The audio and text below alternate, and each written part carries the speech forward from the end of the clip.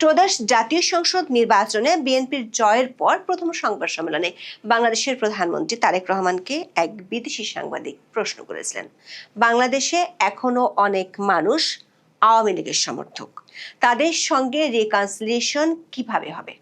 তারেক রহমানের উত্তর ছিল, আইনের শাসন নিশ্চিত করার মাধ্যমে। কিন্তু তারেক রহমানের প্রধানমন্ত্রিত্বের 1 মাসের মধ্যে দেখা মিলে সেই আইনের শাসনের নমুনা, যেটির নাম শোন অ্যারেস্ট বা গ্রেফতার দেখানো। আর এর জন্য হাতিয়ার হিসেবে ব্যবহার করা হচ্ছে বিশেষ ক্ষমতা আইন এবং সন্ত্রাস বিরোধী আইনের মতো কিছু নিবর্তনমূলক আইন।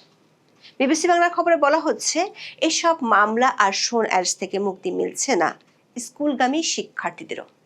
বিএনপি সরকার গত 3 মাসে এই শোন অ্যারেস্ট এখন বিরাট বাণিজ্যের রূপ নিয়েছে। বিশেষ করে জুলাই আন্দোলনে সারা দেশে সহিংসতার ঘটনায় করা মামলাগুলোয় ঢালাওভাবে আসামি করার অভিযোগ আছে। এসব মামলায় আদালত থেকে জামিন পাওয়ার পরও কারা মুক্তি মিলছে না অনেক আসামির। জামিনের পর কারা মুক্তির আগেই দেখানো হচ্ছে অন্য কোনো মামলায় শোন অ্যারেস্ট। এমন ঘটনা অহরহই ঘটছে। কাগজে কলমে জামিন মানে মুক্তি নিশ্চিত হলেও বাস্তবে কারাগারের দরজা খুলতে লাগছে 5 স্তরের অদৃশ্য পুলিশ ক্লিয়ারেন্স। জামিন, কারামুক্তি ও শোন অ্যারেস্ট ঘিরে প্রতিটি ধাপই আছে অনিয়ম ও বাণিজ্যের অভিযোগ। আওয়ামী লীগ কিংবা এর অঙ্গ সংগঠনগুলোর বড় নেতাদের ক্ষেত্রে সরকারি সিদ্ধান্তেই দেখানো হচ্ছে শোন অ্যারেস্ট, আর দলটির মাঝারি ও তৃণমূল নেতাদের জামিন হলে 5 স্তরে, টাকা না দিলে কপালে জুটছে নতুন মামলায় শোন অ্যারেস্টের ঝক্কি। বিস্তারিত জানতে চলুন যাওয়া যাক বিশ্লেষণে।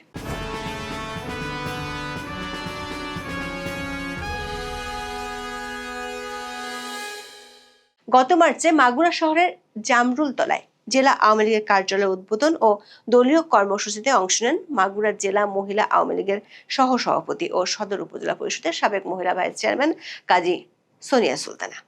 ওই ঘটনার পরদিন স্বেচ্ছাসেবক দলের এক নেতার করা মামলায় তাকে গ্রেপ্তার করা হয়। বৃহস্পতিবার 7 মে হাইকোর্ট থেকে তিনি জামিন পান। জামিনের কাগজপত্র কারাগারে পৌঁছানোর পর শুক্রবার সকালে তাকে মুক্তি দেওয়া হয়। 8 মে সকালে কারাগার থেকে বের হওয়ার সঙ্গে সঙ্গে জেলগেট থেকে তাকে আবার গ্রেপ্তার করা হয়। মাগুরা সদর থানার ওসি আশিকুর রহমান সাংবাদিকদের বলেছেন, সোনিয়া সুলতানাকে একটি নাশকতার মামলায় গ্রেপ্তার করা হয়েছে। বিএনপি নেতাদের দায়ের করা মামলায় প্রায় 1 মাস ধরে জামালপুর জেলা কারাগারে ছিলেন স্থানীয় আওয়ামী লীগের 6 নেতা। আদালত থেকে জামিন পাওয়ার পর জামিনের আদেশের কপি কারাগারে পৌঁছালে তারা কারামুক্ত হন। 23 মে সন্ধ্যা 6টার দিকে জামালপুর জেলা কারাগার থেকে বের হলে কারাগারের প্রধান ফটক থেকে তাদের আবার গ্রেপ্তার করে জেলা গোয়েন্দা পুলিশ। অন্য মামলায় দেখানো হয় শোন অ্যারেস্ট। বরগুনা আমতলী উপজেলা আওয়ামী লীগের যুগ্ম সাধারণ সম্পাদক ও আমতলী উপজেলার চওড়া ইউনিয়ন পরিষদের চেয়ারম্যান বাদল খানকে একইভাবে গ্রেপ্তার করা হয় গত 30 এপ্রিল। আমতলী পৌরসভা কার্যালয় ভাঙচুরের অভিযোগে গত 10 এপ্রিল রাতে তাকে একটি অনাথ আশ্রম থেকে গ্রেপ্তার করে যৌথ বাহিনী। পরে তাকে কারাগারে পাঠানোর আদেশ দেন আদালত। এই মামলায় জামিন পেয়ে বুধবার গত 30 এপ্রিল রাতে কারাগার থেকে বের হয়ে যাওয়ার সময় পুলিশ তাকে আটক করে। পরে বিস্ফোরণ দ্রব্য আইনে দায়ের করা মামলা এবং বিশেষ ক্ষমতা আইনে দায়ের করা মামলায় তাকে শোন অ্যারেস্ট দেখানো হয়। এর আগে গত 17 মার্চ লালমনিরহাট কালীগঞ্জ উপজেলার মাদাতি ইউনিয়ন পরিষদের চেয়ারম্যান জাহাঙ্গীর আলম বিপ্লব আদালত থেকে জামিন পেয়ে কারাগার থেকে মুক্তি পাওয়ার পরপরই আবারও তাকে গ্রেফতার করা হয়। গত 12 মার্চ রাতে নিজ বাসভবন থেকে সন্ত্রাস বিরোধী আইনের একটি মামলায় অজ্ঞাতনামা আসামি হিসেবে জাহাঙ্গীর আলম বিপ্লবকে গ্রেপ্তার করেছিল কালীগঞ্জ থানা পুলিশ। এরপর 16 মার্চ জেলা ও দায়রা জজ আদালত তার জামিন মঞ্জুর করেন। জামিনের কাগজপত্র যাচাই বাছাই শেষে 17 মার্চ সকালে কারামুক্ত হন জাহাঙ্গীর আলম বিপ্লব। সামাজিক মাধ্যমে ছড়িয়ে পড়া একটি ভিডিওতে দেখা গেছে জেল গেটে তার আইনজীবী ও আপন ভাই অ্যাডভোকেট হুমায়ুন কবির কাজল সহ সমর্থকরা তাকে অভ্যর্থনা জানিয়ে গাড়ির দিকে নিয়ে যাচ্ছিলেন। ঠিক সেই মুহূর্তে ডিবি পুলিশের একটি দল তাদের পথ আটকে দেয়। এরপর পাশ থেকে আরও 3 জন পোশাকধারী ডিবি পুলিশ সদস্য এসে তাকে টেনে হিঁচড়ে পুলিশের গাড়িতে তুলতে শুরু করেন। এ সময় আইনজীবী ও সমর্থকদের সঙ্গে পুলিশের ধস্তাধস্তিও হয়। চেয়ারম্যানের বড় ভাই অ্যাডভোকেট হুমায়ুন কবির কাজল অভিযোগ করে বলেন, আদালত জামিন দেওয়ার পরও কোনো সুনির্দিষ্ট পরোয়ানা বা নতুন মামলা ছাড়াই তাকে কারাগারের ফটক থেকে তুলে নিয়ে যাওয়া হয়েছে। এমন ঘটনা কম বেশি দেশের কোথাও না কোথাও প্রতিদিনই ঘটছে। তবে সেটি ঘটছে আওয়ামী লীগ কিংবা দলটির সাথে সংশ্লিষ্ট নেতা কর্মীদের ক্ষেত্রে। অথচ গণমাধ্যমের খবরে বলা হচ্ছে, গ্রেপ্তারের পর দেদারসে জামিন নিয়ে বের হয়ে যাচ্ছে ডাকাত ও ছিনতাইকারীরা। আইনজীবীরা বলছেন, সিআরপিসি অনুযায়ী এবং সুপ্রিম কোর্টের বিভিন্ন নজির অনুযায়ী আদালত জামিন মঞ্জুর করার পর তা কার্যকর করা প্রশাসনের দায়িত্ব। জামিন পাওয়া আসামিকে অযথা কারাগারে আটকে রাখা বা কারামুক্তিতে দেরি করা আইনের পরিপন্থী। এর ফলে প্রশ্ন উঠছে আদালতের আদেশ বাস্তবায়ন নিয়ে। দেখা গেছে, জামিন আদেশ জারির পর আসামিকে মুক্তি পেতে ক্লিয়ারেন্সের জন্য প্রথমে ডিসি প্রসিকিউশন, বিভাগীয় পুলিশ কার্যালয়, গোয়েন্দা বিভাগ, সংশ্লিষ্ট থানা হয়ে আবার কারাগারে পাঠানো হয়। এই সুযোগে এসব অদৃশ্য ক্লিয়ারেন্স ঘিরে অভিযোগ উঠেছে ঘুষ লেনদেনের। ভুক্তভোগীদের দাবি, অনেক ক্ষেত্রে অসাধু পুলিশ কর্মকর্তারা এই প্রক্রিয়াকে ব্যবহার করে কার্যত জিম্মি করে অর্থ আদায় করছেন, বিশেষ করে রাজনৈতিক মামলার আসামিদের কাছ থেকে। অন্যদিকে জুলাই আন্দোলনে সহিংসতায় জড়িত ছিলেন এমন আসামিদের অন্তর্বর্তী প্রতিবেদনের মাধ্যমে মামলা থেকে অব্যাহতির সুপারিশ করা হয়েছে। দেখা গেছে, জামিন পেলেও সহজেই আসামিদের মুক্তি মিলছে না। কারামুক্তির জন্য তৈরি হয়েছে পুলিশের 5 স্তরের ক্লিয়ারেন্স প্রক্রিয়া। প্রথমে আদালতের জামিন আদেশ মেট্রোপলিটন সিটিগুলোর ডিসি প্রসিকিউশন বা জেলা পুলিশ সুপার হয়ে কারাগারে পৌঁছায়। এরপর সেটি যায় বিভাগীয় পুলিশের কার্যালয়, সেখান থেকে যায় সংশ্লিষ্ট থানায়, সবশেষে আবার কারাগারে ফিরে আসে নিশ্চিতকরণের জন্য। এই দীর্ঘ প্রক্রিয়ার প্রতিটি স্তরে ঘুষ লেনদেনের অভিযোগ রয়েছে। ভুক্তভোগীদের অভিযোগ, এক একটি ধাপ পার হতে আলাদা করে ম্যানেজ করতে হয়, না হলে পরবর্তী সময় অন্য মামলায় সন্দেহ দেখানো হয়, যার ফলে আসামি কারামুক্ত হতে পারেন না। এমনকি জিম্মি করে অর্থ আদায়ের অভিযোগ পাওয়া যাচ্ছে। কিছু অসাধু পুলিশ কর্মকর্তা ও দালাল চক্র এই ক্লিয়ারেন্স প্রক্রিয়াকে জিম্মি করে অর্থ আদায় করছে। বিশেষ করে রাজনৈতিক মামলার আসামিদের ক্ষেত্রে এই প্রবণতা বেশি। অভিযোগ রয়েছে, পুলিশের এসব ক্লিয়ারেন্সের জন্য নির্দিষ্ট অঙ্কের টাকা দাবি করা হয়। আইনজীবীরা বলছেন, রাজনৈতিক মামলায় কাউকে আটক করার পর জামিন পেলেও সরাসরি কারামুক্তি পাওয়া খুব সহজ হয় না। থানাকে ম্যানেজ না করতে পারলে কেউ বের হতে পারেন না। যদি সেটা না করা হয়, তাহলে নতুন করে অন্য মামলায় গ্রেপ্তার দেখানো হয়।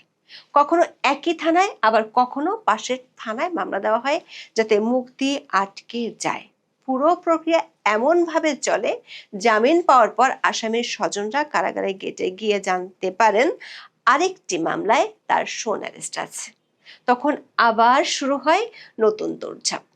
এমন একটা ঘটনা ঘটেছে রাজধানীর শাহজাহানপুর থানার একটি বৈষম্য বিরোধী মামলায় গ্রেপ্তার হওয়া এক মাংস ব্যবসায়ীর ক্ষেত্রে। ওই মাংস ব্যবসায়ী আদালত থেকে জামিন পান, কিন্তু জামিন পেলেও তিনি কারাগার থেকে বের হতে পারেন না। স্বজনরা কারাগারে তার মুক্তির জন্য গেলে জানতে পারেন তাকে অন্য মামলায় গ্রেপ্তার দেখানোর আবেদন করা হয়েছে। এমন করে কয়েকটি মামলায় গ্রেপ্তার দেখানো হয় তাকে। পরবর্তী সময় তিনি উচ্চ আদালত থেকে জামিন নিয়ে সংশ্লিষ্ট থানাকে ম্যানেজ করে কারামুক্ত হন। এমন ঘটনা আদালতে অহরহই ঘটছে।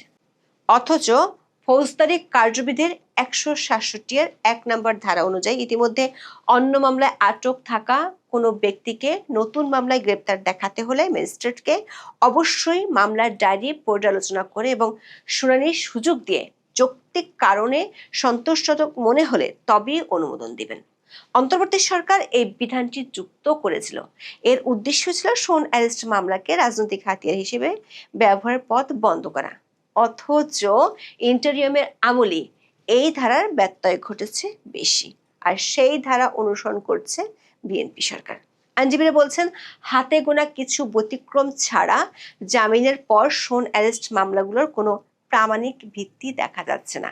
এগুলো মূলত উচ্চ আদালত থেকে জামিন পাওয়ার পরও যেন কেউ মুক্তি না পায় সেই উদ্দেশ্যে ব্যবহার করা হয়। ফলে তাদের ইচ্ছা মতো ও বেআইনিভাবে আটকে রাখা সম্ভব হয়। এর ফলে জামিন কার্যত অর্থহীন হয়ে পড়ে। গত 11 মার্চ হাইকোর্ট সাবেক প্রধান বিচারপতি ABM খায়রুল হককে তার বিরুদ্ধে থাকা বিভিন্ন মামলায় চূড়ান্ত জামিন দেন, কিন্তু তারপরও তার মুক্তির প্রক্রিয়া থমকে যায়, কারণ পুলিশ জুলাই আন্দোলনের আরেকটি হত্যা মামলায় তাকে গ্রেপ্তার দেখানোর আবেদন করে। অথচ সেই মামলার মূল FIR-এও তার নাম ছিল না। বিষয়টি ছিল পুরোপুরি মন গড়া অভিযোগ। আইনজীবীরা মনে করেন পুলিশ এক্ষেত্রে কোনো সিদ্ধান্ত নেয়নি, বরং সাবেক এই প্রধান বিচারপতিকে গ্রেপ্তার দেখানোর সিদ্ধান্তটি রাজনৈতিক বা সরকারের শীর্ষ মহল থেকেই এসেছে। সবশেষ গত 28 এপ্রিল পৃথক 5 মামলায় সাবেক প্রধান বিচারপতি ABM খায়রুল হককে হাইকোর্টের দেওয়া জামিন বহাল রেখেছেন সুপ্রিম কোর্টের আপিল বিভাগ। তারপরও মুক্তি পাচ্ছেন না খায়রুল হক, কারণ এরই মধ্যে অধস্তন আদালতে আরও 2 মামলায় গ্রেপ্তার দেখানো হয়েছে তাকে। অথচ প্রধানমন্ত্রী তারেক রহমান থেকে শুরু করে স্বরাষ্ট্রমন্ত্রী সালাউদ্দিন আহমেদ, আইনমন্ত্রী আসাদুজ্জামান প্রায় বেআইনি আটকের বিরুদ্ধে আর আইনের শাসনের পক্ষে কথা বলেন, কিন্তু আইনের শাসনের ঠিক কোন ধারায় এমন শোন অ্যারেস্ট আছে তা জানেন না আইনজীবীরা। শোন অ্যারেস্ট দেখিয়ে কয়েক দফা ঠেকিয়ে রাখা হয়েছে নারায়ণগঞ্জের সিটি কর্পোরেশনের সাবেক মেয়র সেলিনা হায়াৎ আইভীর কারামুক্তি। গত বছর 9 মে ভোরে নারায়ণগঞ্জ শহরের দেওভোগের নিজ বাসা থেকে আইভীকে গ্রেপ্তার করে পুলিশ। পরে তাকে বৈষম্য বিরোধী আন্দোলনের ঘটনায় হওয়া 3টি হত্যা মামলা ও 2টি হত্যা চেষ্টা মামলায় গ্রেপ্তার দেখানো হয়। এই 5 মামলায় হাইকোর্ট থেকে গত বছরের 9 নভেম্বর জামিন পান কারাবন্দী সেলিনা হায়াৎ আইভী। সর্বশেষ 10 মামলায় জামিনের পর সিদ্ধিরগঞ্জ থানার 2টি মামলায় গত 2রা মার্চ ও অন্যটিতে 12 এপ্রিল তাকে গ্রেপ্তার দেখানো হয়। নতুন করে সিদ্ধিরগঞ্জ থানায় ওই 2 গ্রেপ্তার দেখানোর প্রক্রিয়া নিয়ে হাইকোর্টে রিট করেন আইভী। রিটের প্রাথমিক শুনানি নিয়ে হাইকোর্ট 26 এপ্রিল রুল সহ আদেশ দেন। সর্বশেষ সিদ্ধিরগঞ্জ থানার পৃথক 2টি মামলায় আইভীকে গ্রেপ্তার দেখানো কেন আইনগত কর্তৃত্ব বহির্ভূত ও মৌলিক অধিকারের পরিপন্থী ঘোষণা করা হবে না রুলে তা জানতে চাওয়া হয়েছে।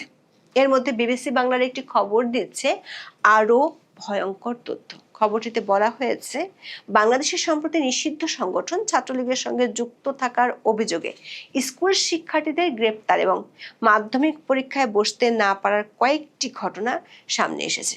বিশেষ ক্ষমতা আইন, সন্ত্রাস বিরোধী আইনের মতো বিতর্কিত আইনের বিভিন্ন ধারায় আটক এসব কিশোরদের অনেকে জামিনও পাচ্ছেন না।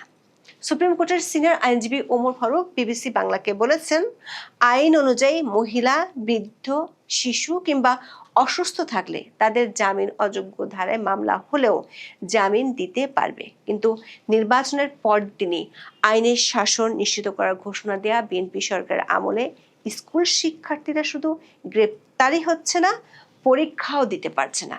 চলতি বছরের জানুয়ারি থেকে 5 মে পর্যন্ত পরিসংখ্যানে দেখা যায় সন্ত্রাস বিরোধী সহ 4টি আইনের অধীনে গ্রেপ্তারের পর শিশু উন্নয়ন কেন্দ্রে আনা হয়েছে 128 জনকে। এদের বেশিরভাগেরই জামিন মিলছে না। এখন এ পর্যন্ত। সবাই ভালো থাকুন, সুস্থ থাকুন, নিরাপদে থাকুন। দেখা হবে আগামী পর্বে।